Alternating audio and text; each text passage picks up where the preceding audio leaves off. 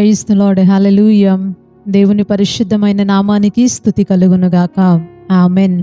ఉదయకాలపు మన్నా అనే ఈ కార్యక్రమాన్ని చూస్తున్న మీ అందరికీ ప్రభువు పేరట వందనాలు తెలియజేస్తూ ఉన్నాం. ఎలా ఉన్నారండి?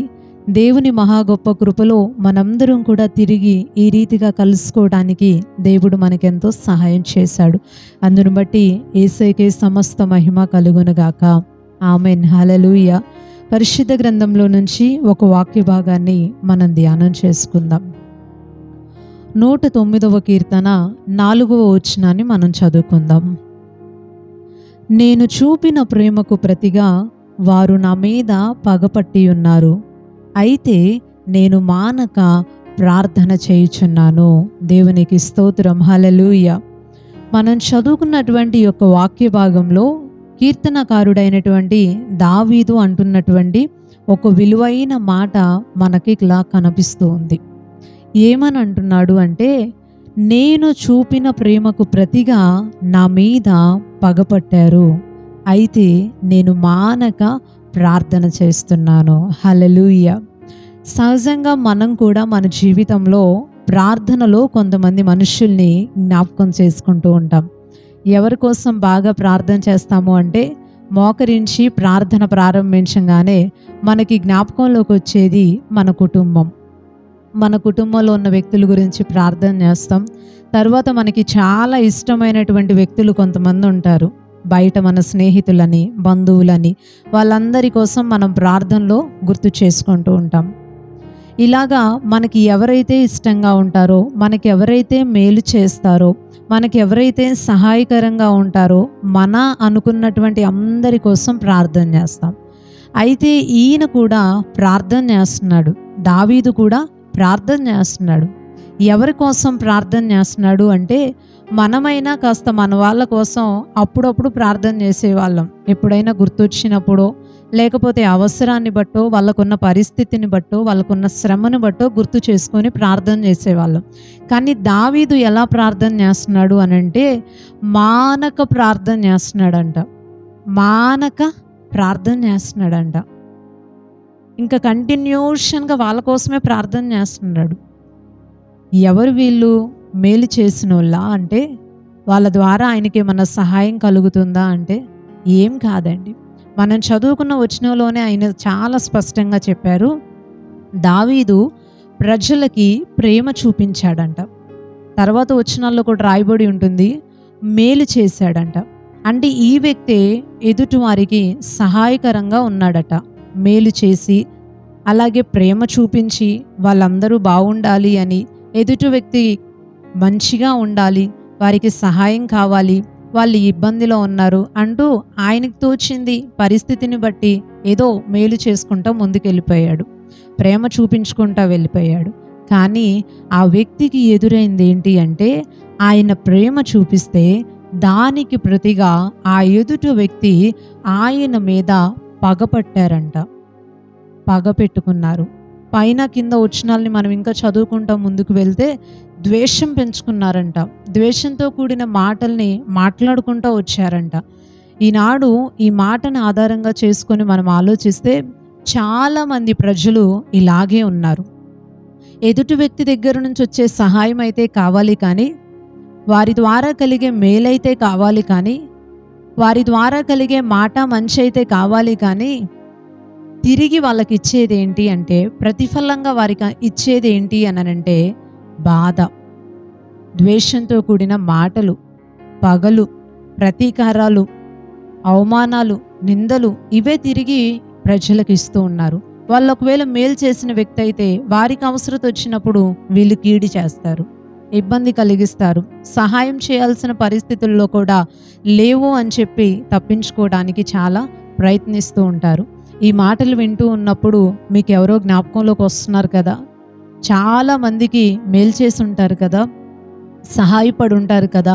దేవుని ప్రేమను బట్టి వాళ్ళు మనల్ని ఇబ్బంది పెట్టినా, వాళ్ళు మన మనసుల్ని గాయపరిచినా, వాళ్ళు మన విషయంలో సరైన రీతిలో ప్రవర్తించకపోయినా, మనం మంచే చేసుకుంటాం, మేలే చేసుకుంటా ముందుకు వెళ్ళాం కదా. మన వంతుగా మనం చేయగలిగింది సహాయపడుతూ వస్తూ ఉన్నాం కదా. అయినా సరే వాళ్ళు తిరిగి మిమ్మల్ని ప్రేమించట్లేదా? వాళ్ళు తిరిగి మీకు మేలు చేయట్లేదా? అది మీ హృదయాన్ని నొప్పిస్తుంది కదూ, చాలా బాధిస్తూ ఉండుంటుంది కదూ. మేలు చేశానే, నాకెందుకు ఇలా కీడు చేశారు, నేనెంతో సహాయపడ్డానే, కానీ నా విషయంలో ఎందుకు ఇలాగ చేస్తున్నారు అనే బాధ సహజంగా కలిగిద్ది. దావీదుకు కూడా అలాగే కలిగింది. నేను చూపిన ప్రేమకు ప్రతిగా వాళ్ళు నా మీద పగ పెట్టేసుకున్నారు, ద్వేషిస్తున్నారు, ద్వేషంతో కూడిన మాటలు మాట్లాడుతున్నారు. అయితే అలాంటి సమయంలో అలాంటి వ్యక్తుల కోసం మనమైతే ఏం చేస్తామో చెప్పండి? అస్సలు వారిని జ్ఞాపకంలోకి రాగానే కోపం వచ్చేస్తుంది కదా, చాలా బాధ వచ్చేస్తుంది కదా. వాళ్ళు కనబడినప్పుడు ఇంకా మనకి మంచి చేయాలి, మాట్లాడాలి అని అనిపించదు కదా. కానీ ఈ వ్యక్తి ప్రార్థన చేస్తున్నాడు, అది కూడా మానక ప్రార్థన చేస్తున్నాడు. దేవునికి స్తోత్రం, హల్లెలూయా. ఈరోజు ఈ ఉదయకాల సమయం ఈ మాటలు వింటున్నటువంటి ప్రియ సహోదరి సహోదరుడా, ఒక మాట నేను మిమ్మల్ని అడగాలనుకుంటున్నాను. మేలు చేసిన వ్యక్తికి తిరిగి మేలు చేయటం అనేది అందరూ చేసే పనే, కానీ కీడు చేసిన వ్యక్తికి తిరిగి మేలు చేయటం అనేదే క్రైస్తవుని యొక్క లక్షణం. దేవునికి స్తోత్రం, హల్లెలూయా.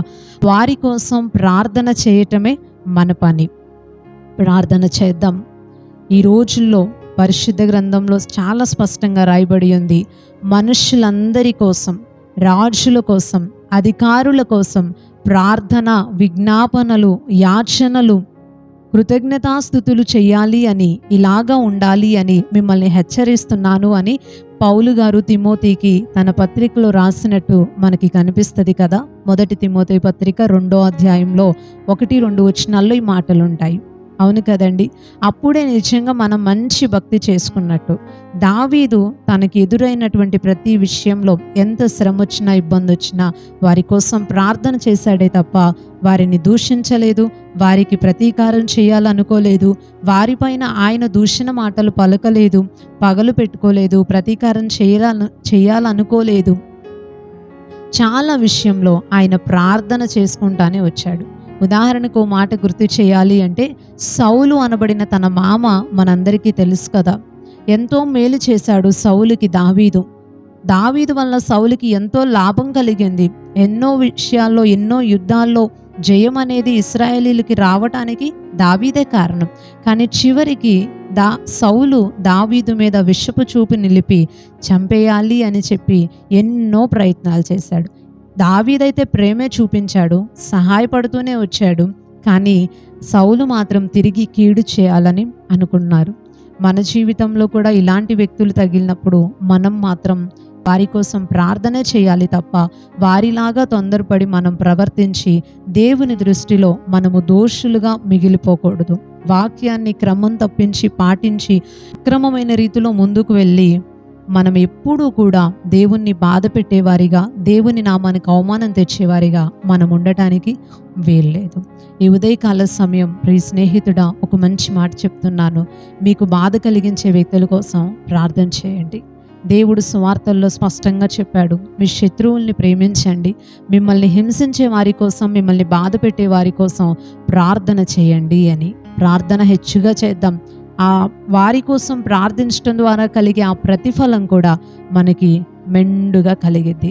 దేవుడు మనలందరినీ దీవించునుగాక. ఆమేన్. ప్రార్థన చేసుకుందాం.